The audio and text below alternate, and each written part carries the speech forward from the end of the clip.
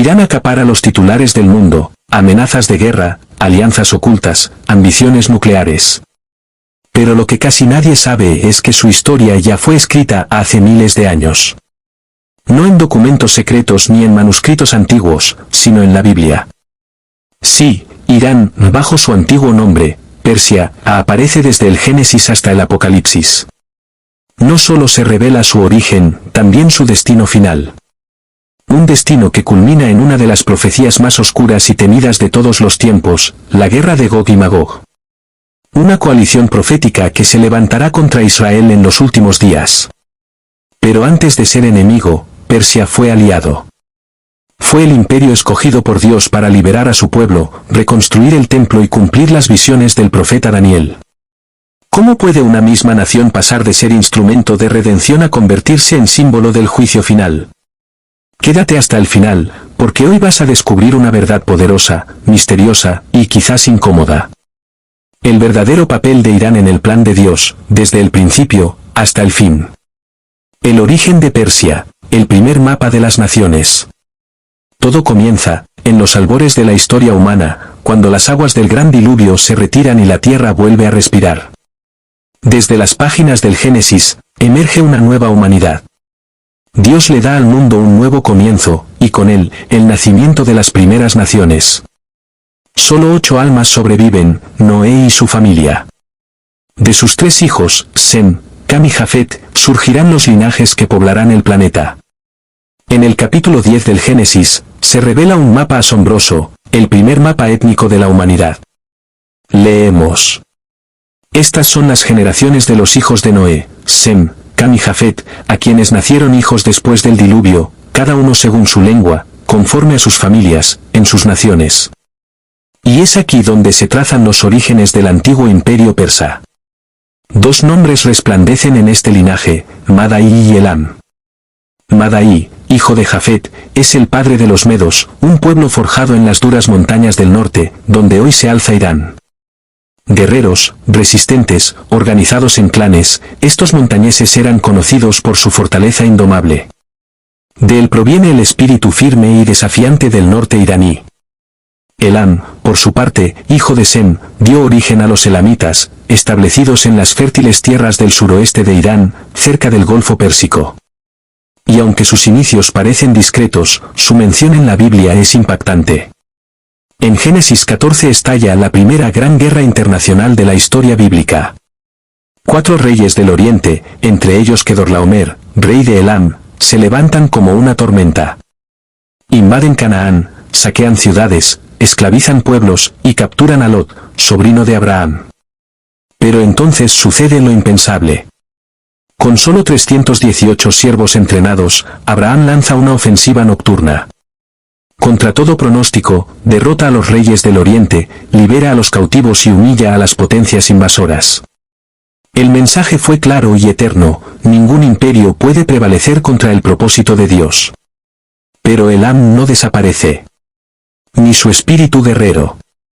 Mientras generaciones vienen y van, los elamitas y los medos, cada uno en su rincón de la antigua Mesopotamia oriental, crecen, se fortalecen, se entrelazan. Lo que comenzó como clanes se convierte en reinos. Lo que eran tribus aisladas, pronto se transforman en un coloso, el imperio persa. Y aunque eran naciones paganas, estaban en el centro del plan divino. Persia en las profecías, el juicio y la redención. Dios habló, y los profetas escucharon. A través de Isaías y Jeremías, Dios anunció un destino doble para los pueblos de Persia. Primero, castigo. Isaías profetizó que Elam y Media serían la espada de Dios contra Babilonia, el imperio que había destruido Jerusalén y profanado el templo. Suban, oh medos, que yo he preparado la destrucción. Babilonia no quedaría impune. Dios había elegido a Persia como su látigo de justicia. Pero luego, un giro sorprendente. Isaías anuncia que un rey pagano de Persia, aún no nacido, sería el libertador del pueblo de Dios. No solo no sería enemigo, sería su ungido. Así dice Jehová a su ungido, a Ciro. Más de 150 años antes de su nacimiento, Dios lo llamó por nombre, Ciro el Grande, quien liberaría a Israel del exilio y ordenaría la reconstrucción del templo en Jerusalén.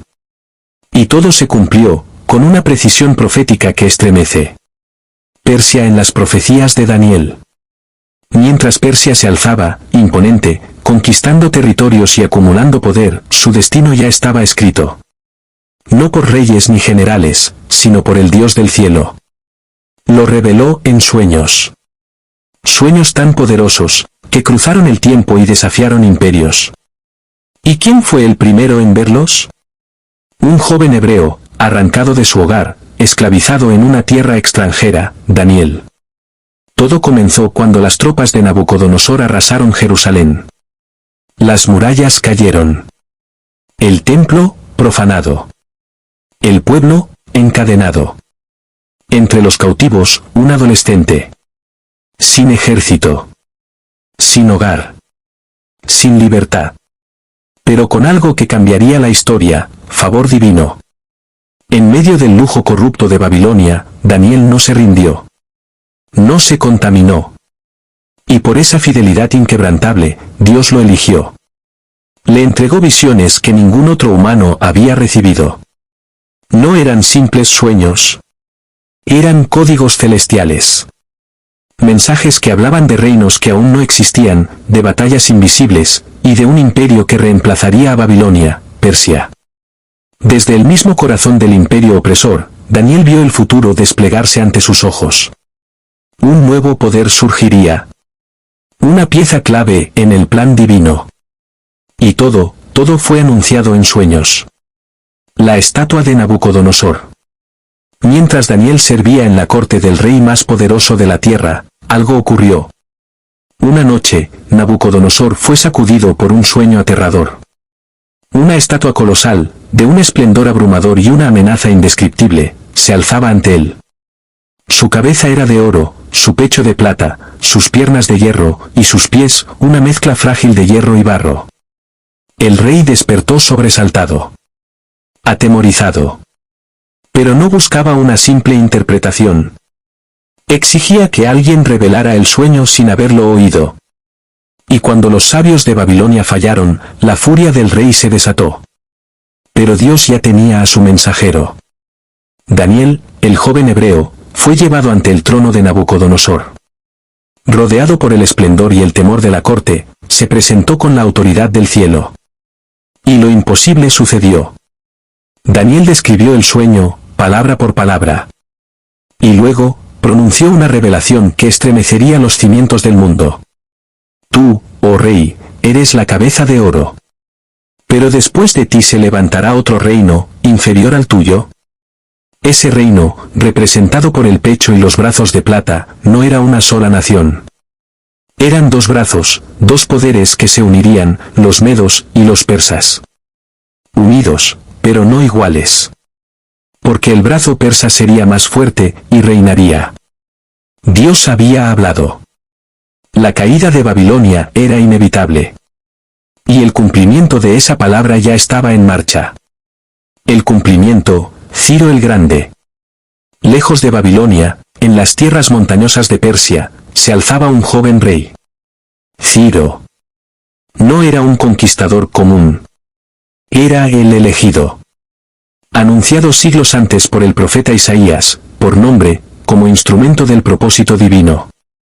Ciro unificó Media y Persia, creando un nuevo imperio. Y pronto, fijó su mirada en la joya del mundo antiguo, Babilonia. Pero el día señalado no trajo trompetas de guerra. Trajo juicio y silencio. Mientras Babilonia celebraba con banquetes y excesos, el nieto de Nabucodonosor, el rey Belsasar, cometió un sacrilegio imperdonable. Ordenó traer los vasos sagrados del templo de Jerusalén. Y brindó con ellos en honor a ídolos de oro y piedra. Y entonces, apareció una mano invisible. Una escritura celestial marcó el muro del palacio.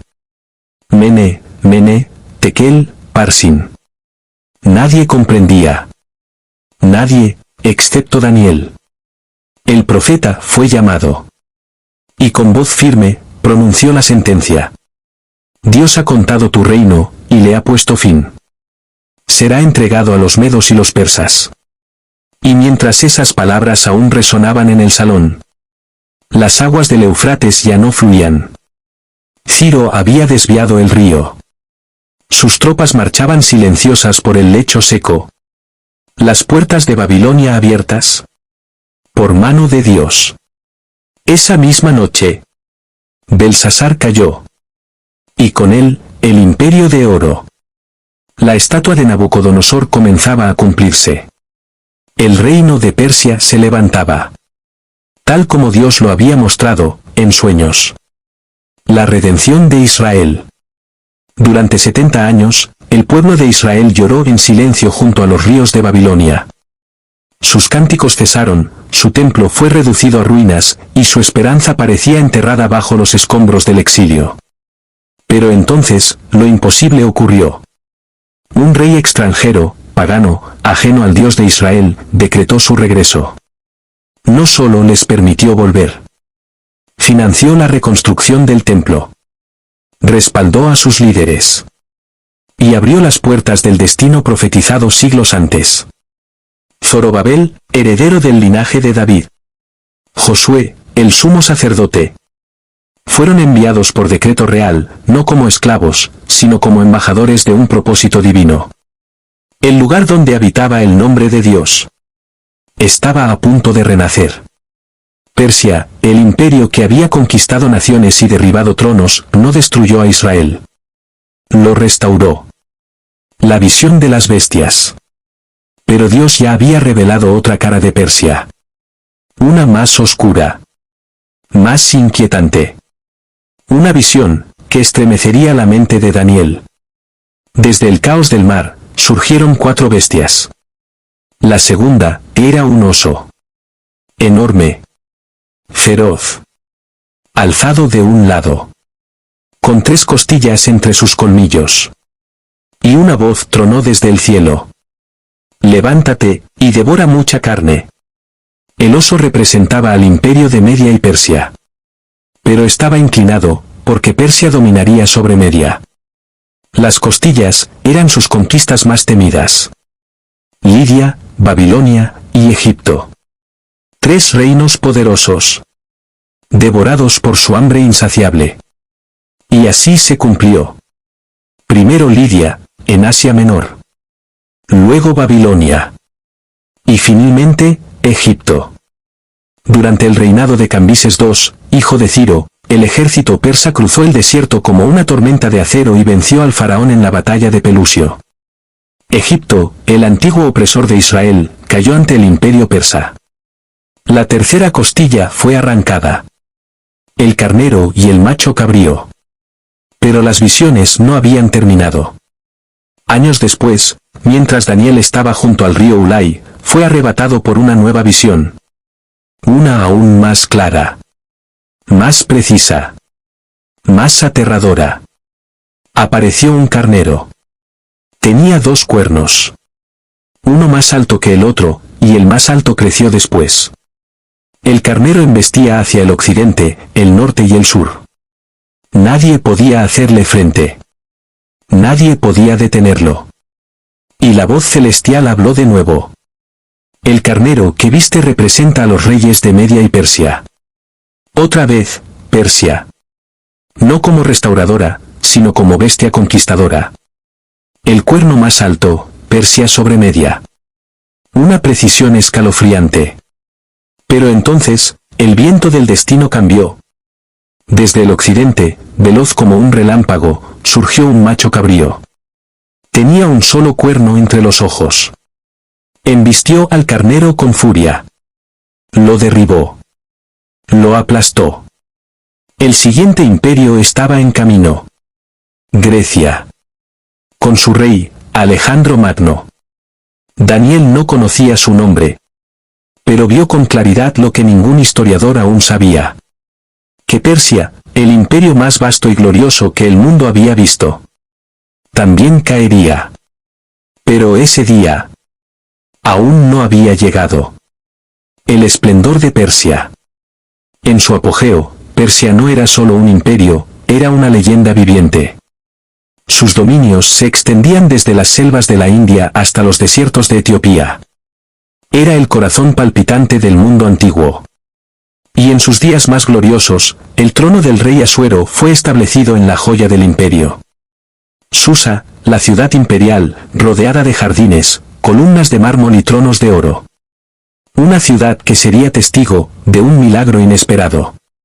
Porque en el centro del imperio más poderoso sobre la tierra, Dios levantaría a una mujer. La historia de Esther. Todo comenzó con un banquete. 6 meses de fiestas, lujos y orgullo sin límites. Y al final, una última celebración de 7 días, abierta a todos los habitantes de Susa. Fue entonces cuando el rey Asuero, embriagado por su propio poder, exigió la presencia de su reina, Vasti, para mostrarla ante todos como un trofeo humano. Pero ella se negó. Humillado ante nobles y siervos, el rey la desterró. Y con su caída, se abrió la puerta a una historia que cambiaría el destino de un pueblo. Se ordenó buscar a las vírgenes más hermosas del imperio. Jóvenes que serían llevadas al palacio y preparadas durante un año, para que el rey eligiera entre ellas a su nueva reina. Entre todas, una sola no llevaba nombre real ni linaje noble. Su verdadero nombre era Hadassah. Una huérfana judía criada por su primo Mardoqueo. Pero en palacio, le dieron otro nombre. Esther. El rey la eligió, sin saber que había coronado a una hija del pueblo de Dios. La amenaza invisible. Mientras tanto, entre las sombras del trono, una serpiente se alzaba. Amán, descendiente de los amalecitas, enemigo ancestral de Israel. Asuero lo elevó por encima de todos los príncipes. Y exigió que todos se postraran ante él. Todos, menos uno. Mardoqueo no dobló las rodillas. Y el orgullo de Amán se transformó en odio absoluto. No quiso solo matar a Mardoqueo. Quiso borrar del mapa a todo el pueblo judío. Engañó al rey. Le habló de un pueblo peligroso que desafiaba las leyes del imperio. Y obtuvo lo impensable. Un decreto real de exterminio. Hombres, mujeres y niños, condenados a morir. El coraje de una reina. Cuando Esther supo lo que se había firmado, el peso del destino cayó sobre ella. Debía presentarse ante el rey, sin ser llamada. Y en Persia, eso significaba una sentencia de muerte. A menos que el rey extendiera su cetro de oro. Y Esther decidió arriesgarlo todo. Vestida de realeza pero temblando por dentro, cruzó los patios del palacio. Los guardias se detuvieron. El rey la vio. Y extendió el cetro. Dios le había dado favor. Pero Esther no habló aún. Sabía que debía esperar el momento exacto. Organizó un banquete. Y luego otro. Y en ese segundo banquete, el alma de una nación contenía la respiración. Hasta que Esther, con voz firme, declaró: si solo hubiéramos sido vendidos como esclavos, callaría. Pero hemos sido condenados a muerte, yo, y mi pueblo. El rey se irguió, furioso. ¿Quién ha hecho tal cosa? Y Esther señaló con el dedo tembloroso. Este enemigo, es este perverso Amán. El juicio fue inmediato. Amán fue colgado en la horca que él mismo había construido para Mardoqueo. El día que cambió la historia. Pero aún había un problema. El decreto no podía ser revocado. La ley de Persia era irreversible. Entonces, Esther y Mardoqueo se atrevieron a ir más lejos. Pidieron un nuevo decreto. El rey lo firmó. Y por todo el imperio, desde las provincias más lejanas hasta el corazón de Susa, los judíos recibieron permiso oficial para defenderse. El día destinado a ser su exterminio se convirtió en su liberación. El legado. Así, en la tierra de Persia, donde parecía que todo acabaría, Dios escribió uno de los capítulos más gloriosos de redención en toda la historia. Un imperio pagano se convirtió, sin saberlo, en refugio, trono y escudo para el pueblo de Dios.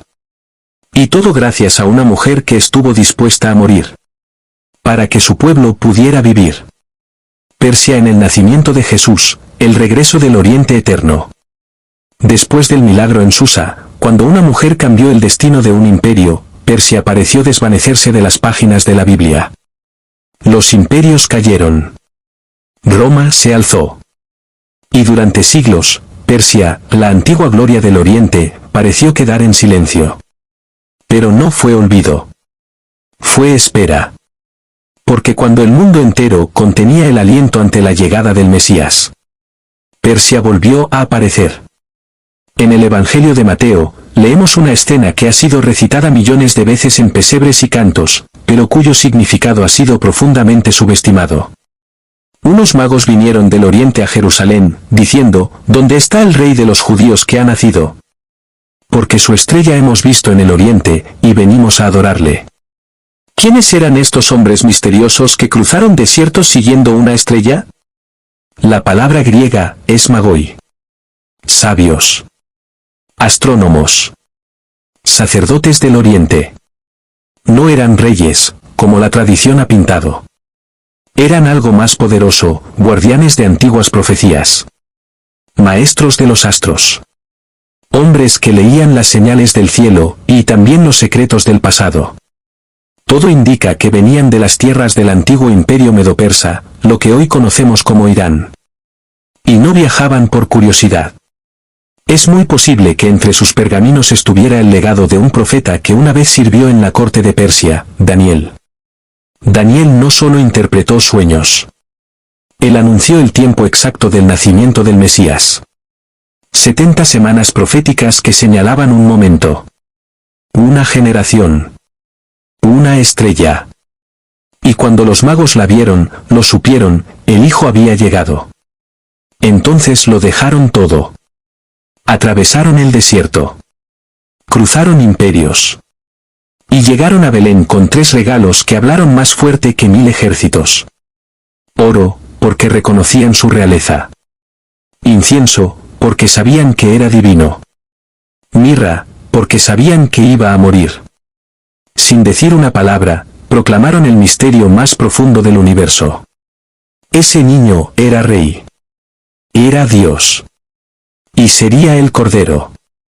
Mientras Herodes temía, mientras Jerusalén dormía, los sabios de Persia adoraban. Y así, la antigua Persia, que una vez liberó al pueblo de Dios, fue la primera en reconocer a su Salvador. Pero esta historia no termina en Belén.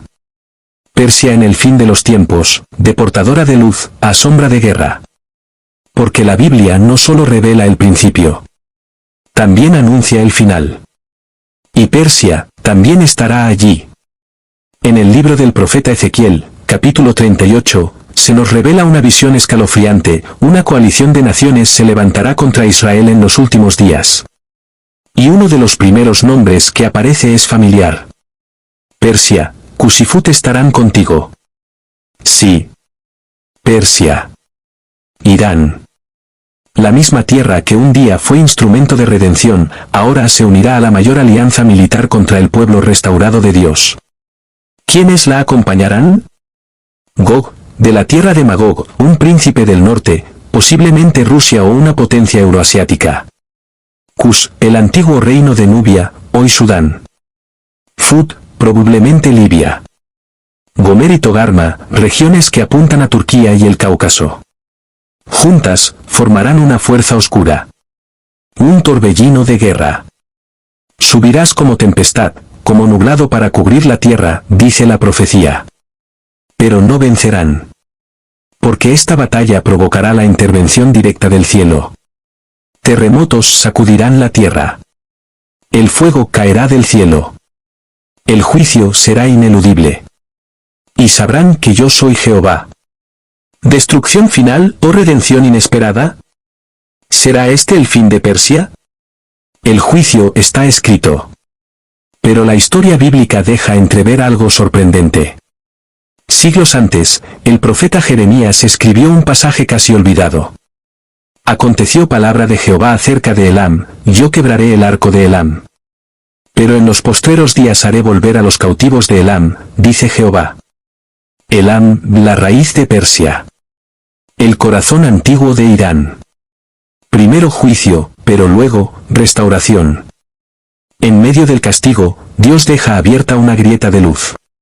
Una promesa. Tal vez, en los días finales, Persia, que fue redentora, enemiga y juzgada, vuelva a mirar al cielo. Tal vez, entre las naciones que subirán a Jerusalén a celebrar la fiesta del rey, esté Elam. El destino eterno de Persia. Desde el Génesis hasta el Apocalipsis. Persia ha estado presente. Cuando las aguas del diluvio retrocedieron, Dios nombró a Elam. Cuando Abraham rescató a Lot, Elam era enemigo. Cuando Babilonia cayó, Persia fue libertadora. Cuando el templo fue reconstruido, un rey persa apagó los ladrillos. Cuando Jesús nació, sabios de Persia lo reconocieron. Y cuando el mundo tiemble ante la guerra final, Persia estará allí una vez más. Pero incluso en los momentos más oscuros, la Escritura no cierra la puerta. Porque en el corazón de Dios siempre hay lugar para los que regresan. ¿Dónde estamos en esta historia? ¿Está Irán cumpliendo hoy su papel profético? ¿Estás viendo en los titulares señales que antes solo estaban en la Biblia? Déjanos tu comentario. Porque quizás estemos más cerca de lo profetizado de lo que imaginamos. Y si quieres que sigamos desentrañando cómo la profecía bíblica está cobrando vida ante nuestros ojos, dale me gusta y comparte este video. Bendiciones.